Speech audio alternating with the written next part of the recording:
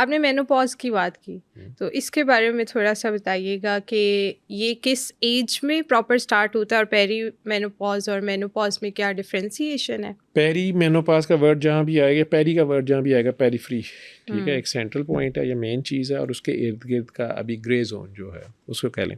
तो ख़वातीन में जो उसके सेक्स हार्मोन्स होते हैं, ईस्ट्रोजन मेनली, जो उसका मंथली साइकिल चल रहा होता है, हुँ, मेंस्ट्रुअल साइकिल उसका मंथली चलता है, अल्लाह ने औरत में ये रखा होता है, वो 40s में आके, यूजुअली 40s में आके या लेट 40s में आके, जिस तरह एज ऑफ मिनार्की उसको बोलते हैं, जब मेंसेस शुरू होते हैं, हुँ, तो वो कुछ बच्चियों में 9 साल की एज में शुरू हो जाते हैं, हुँ, कुछ में 13, 14, 15 साल की एज में जाके मिले। उसमें भी डाइट और हेल्दी लिविंग और ये चीज़ें काउंट करती हैं।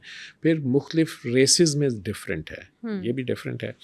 फिर एनवायरमेंटल फैक्टर्स भी हैं, मुख्तलिफ कंट्रीज़ में इसकी डिफरेंट है age of menarche. Similarly age of जो मेनोपाज है वो भी थोड़ी वेरी कर जाती है। हुँ, कुछ ख़वातीन में उसे अर्ली मेनोपाज कह देंगे, इवन 40 पे, या 40 और 45 के दरमियान में मेनोपाज हो जाता है। कुछ में 45 और 50 के दरमियान जाके होता है कि उनके मेंसेस आने बिल्कुल बंद हो जाते हैं। हुँ, लेकिन ये सडन बंद नहीं होते, कि कोई रीज़न हो सकती है, डिफरेंट रीज़न्स होती हैं, लेकिन ये हो जाता है कि वो शुरू में थोड़े इरेगुलर हो गए, कम हो गए। हार्ट फ्लैशेस का लफ्ज़ बहुत ज़्यादा बोला जाता है कि हुँ, एकदम से जैसे में गर्मी निकलना शुरू हो गई, एकदम से लगा कि जैसे मुझे कोई एलर्जी हो गई है, जिसमें में खारिश हो रही है, या एकदम चेहरा रेड हो गया है, लगता है बुखार चढ़ गया है नहीं है। हार्ट बीटिंग एकदम तेज़ हो गई, कभी एकदम से ब्लड प्रेशर शूट कर गया, गुस्सा आ गया, मूड स्विंग्स आ रहे हैं। ये मेनोपॉज़ होने से पहले कुछ ख़वातीन में 6 महीने, कुछ में साल, कुछ में 2 साल भी ये पीरियड सिम्पटम्स चलता है। रहते हैं। तो आहिस्ता-आहिस्ता वो जो ईस्ट्रोजन और प्रोजेस्टेरॉन का इम्बैलेंस क्रिएट हो रहा होता है, वो बैलेंस में रहती नहीं है, ठीक है? हुँ, उसकी वजह से ये खराबी, ये से खराबी तो नहीं है, this is not a disease, ये नेचुरल प्रोसेस है। या यूँ भी कह लें कि मशीनरी रुकते भी थोड़ा टाइम ले लेती है। हुँ, वो वाले ऑर्गन्स जो हैं वो आहिस्ता-आहिस्ता उनका वो काम ख़त्म हो रहा होता है, और बाकी ऑर्गन्स जो हैं वो कुछ ना कुछ, जिनको आदत पड़ी होती है, वो कई बार फ़ौरी वो रिस्पॉन्स उसका नहीं देते, ठीक है? उस डेफ़िशिएंसी को कंपनसेट नहीं कर रहे होते, या डिफ़रेंट उसके बॉडी के अपने जो रिएक्शंस आ रहे होते हैं, या इंसान को समझ आते भी थोड़ी देर लगती है। फिर इसमें उसके एक्सटर्नल एनवायरनमेंट और उसका इंटरनल एनवायरनमेंट, उसकी अपना सोच प्रोसेस, और बाहर से ज़माना उसके साथ क्या सलूक कर रहा है, उसके घर वाले या उसका खामन या उसका पार्टनर या उसके बच्चे, उनकी क्या ज़िम्मेदारियाँ हैं और क्या नहीं है, ये चीज़ें भी रोल प्ले करती हैं। स्ट्रेस इसमें बड़ा हुँ, रोल प्ले करती है। फिर उसकी डाइट दोबारा आ गई, और फिर उसका आराम आ गया, हुँ, और सोच, ये 4 चीज़ें बहुत काउंट करेंगी। हुँ, तो हुँ, जिनकी ये चारों हेल्दी होंगी, वो उनमें ये प्रोसेस भी लेट होगा, ठीक है? वो पुरस्कून भी नज़र आएँगे, चेहरे भी फ्रेश होंगे, ठीक है? हो एक ही सूरत में सकता है, सुकून सिवाय अल्लाह की किसी चीज़ में नहीं है, बेशक, ठीक है? तो बेशक। वो जितने कनेक्टेड होंगे अपने क्रिएटर से, हुँ, जो बनाने वाले से, मालिक से, हुँ, उतने ज़्यादा वो पुरस्कून होंगे, ठीक है? उस हिसाब से उन्हें ना खाने की इश्तहा होगी, ना सेक्स की इश्तहा होगी, ना पैसा जमा करने की इश्तहा होगी, ना ज़्यादा आराम दूसरों की कॉस्ट पे करने की होगी, ठीक है? ना ताकत जमाने की, ना रोब जमाने की होगी, एक बैलेंस्ड लाइफ होगी। जब बैलेंस्ड में जा रहा है, तो उसने अपनी पीक पे भी पहुँचना है, और उसने स्लो एंड स्मूथ नीचे को भी आना है, तो हुँ। उसमें इतना प्रॉब्लम नहीं होगा। जितना लेट हो, उतना ही अच्छा होता है फीमेल बॉडी में, मेनोपॉज़। डेफ़िनेटली लेट होने को आप ये नहीं, कि अगर ज़्यादा अर्ली हो जाएगा तो उसका एजिंग प्रोसेस भी जल्दी किस शुरू हो एज जाएगा में ना। हो जाता है मतलब मैंने कहा ज़्यादा कि अर्ली? 45 टू 50 के दरमियान हो जाता है, ठीक ठीक है। है? जब उसके हार्मोन्स की डेफिशिएंसी होगी, वेजाइनल ड्राइनेस शुरू हो जाएगी, उसको उसको बार-बार यूरिन की इन्फेक्शंस शुरू हो जाएंगी। यूरिन कंट्रोल, उसके पेल्विक एरिया के मसल्स वीक हो गए हैं। वो हुँ। ज़ोर से हँसी है तो यूरिन निकल गया, उसका उसका कंट्रोल नहीं है, ठीक है? हुँ, हुँ, ख़वातीन हुँ, इससे हुँ। बड़ी डिस्टर्ब होती हैं। डॉक्टर्स के पास उस वक़्त उन्होंने आना शुरू करना होता है कि जी मैंने तो ज़ोर से खाँसी की, तो ये बड़ा मसला हो गया मुझे, एग्ज़ैक्टली। ठीक है? या मुझे इंटरनल इरिटेशन या ख़ारिश बहुत ज़्यादा ही, मुझे समझ नहीं आ रही, बर्निंग हो जाती है। ये सारी चीज़ें उसे तंग कर रही होती हैं। उसमें डॉक्टर्स लोकल उसको एस्ट्रोजन क्रीम्स एडवाइस करती हैं, लेडी डॉक्टर्स या डॉक्टर्स जिसके पास भी वो आते हैं, वो लोकली अप्लाई करने के लिए कहते हैं, चूँकि वो वैसे भी एस्ट्रोजन की टेबलेट्स खा सकती है। हुँ, लेकिन या कोई खातून इस बात पे ज़िद में आ गई हैं कि मैंने मेनोपॉज़ अभी जल्दी नहीं होने देना, या मैंने अभी भी नहीं होने देना, हुँ, और मैं हार्मोनल टैबलेट्स यूज़ कर लूँगी। मैं फ्रैंकली बता दूँ कि आप जब भी नेचर के अगेंस्ट जाते हैं, आप यही हार्मोन जो कभी आपके दोस्त थे, अब अगर आप उन हार्मोन्स को यूज़ करते हैं, ठीक है, तो आपको ब्रेस्ट कैंसर, ओवेरियन कैंसर, आपको यूट्राइन कैंसर बहुत ज़्यादा तेज़ी से उसका रेट बढ़ जाता ओह है। माय गॉड, यानी इस चीज़ को कंट्रोल करने के लिए भी हार्मोन्स ले लिए जाते हैं। जी, बिल्कुल लिए जाते हैं। वो इसलिए कि कई बार ख़वातीन को पता नहीं होता, जब वो 15, 16, 17, 18 साल की एज में थी, उसके मेंसेस इर्रेगुलर थे या उसे कोई हार्मोनल इम्बैलेंस था, एग्जैक्टली। लेडी डॉक्टर्स ने उसे टैबलेट्स यूज़ कराईं। हम्म। या वो बर्थ स्पेसिंग कर रही थी, हम्म। या उसे था कि मुझे अभी प्रेगनेंसी नहीं चाहिए,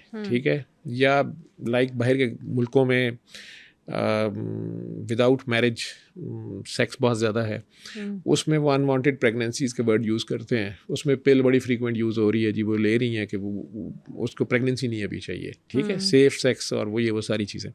अब ये हार्मोन्स उस वक्त उसके काम आ गए, ठीक है, लेकिन ये नेचर नहीं थी। उसने नेचर को रोका, लेकिन जवानी थी, मुँह ज़ोर थी, काम चल गया। अब नेचर ही डिक्लाइन पे जा रही है और बॉडी नेचुरली उसकी बॉडी में ईस्ट्रोजन को ख़त्म कर रही है, प्रोजेस्टेरॉन अपना पॉजिटिव रोल प्ले कर रहा है और वो सारा बैलेंस है।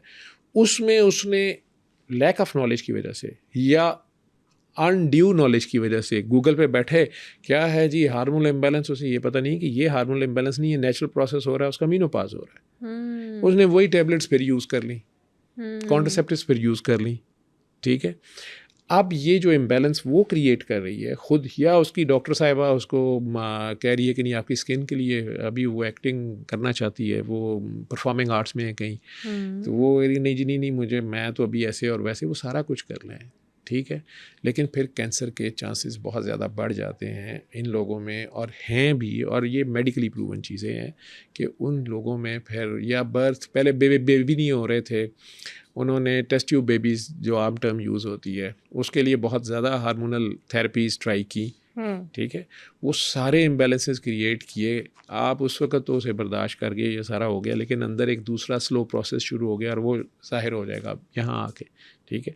सेक्सुअल परवर्शंस में थे, उसमें आप रॉन्ग सिग्नल्स बॉडी को दे रहे थे, उसमें भी यही नतीजे निकलेंगे लेटर ऑन जाके। मेनोपॉज होने के बाद आपकी बॉडी पे इफ़ेक्ट क्या आता है? उसके बाद किस तरह ढलना स्टार्ट हो जाती है औरत? जब ये हार्मोनल थेरेपीज़ लेंगे, हार्ट डिजीज़ेज़, ठीक है, फालज बहुत ज़्यादा, उसको टांगों में क्लॉट आ गए, डीबीटीज़ हो गई, उसके साथ लंग्स में जाके फंसे पल्मोनरी एम्बोलिज्म, सडन डेथ हो गई, ये चीज़ें बहुत ज़्यादा हैं और आजकल तो बहुत ज़्यादा हो गई हैं, क्योंकि ओवर द काउंटर हमारे मुल्क में ये चीज़ें बड़े आराम से मिल जाती हैं, और गूगल पे बैठ के किसी को नॉलेज है नहीं, वो घर बैठे डॉक्टर बन जाते हैं, और या खुद ही मरीज़ भी बन गए, खुद ही डॉक्टर बन गए, और वो मेडिसिन खा ली, और या फियर में ही खा ली कि मेरी प्रेगनेंसी हो ना जाए, या ये ना हो जाए, या वो ना हो जाए, और बहुत ज़्यादा, या मैंने मेनोपॉज को रोकना है, और उसे पता नहीं है कि ये काम उसने नहीं करना है, या वो एक अच्छी गायनेकोलॉजिस्ट के पास जाए और उससे मशवरा करे, या डॉक्टर के पास चला जाए, क्योंकि ये जितनी एलोपैथी की मेडिसिन है, ये सारे केमिकल्स हैं, जहर हैं, ये पॉइजन्स हैं।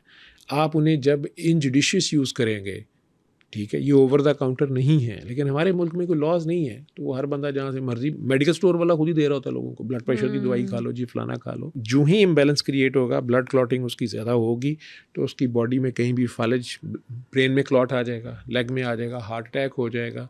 ख़वातीन को वैसे नेचुरली अगर उनका बैलेंस हो, तो अल्लाह ने या नेचर ने औरत को मंथली साइकिल में भी पेन होती है, प्लस उसको चाइल्ड बेयरिंग में बहुत पेन होती है।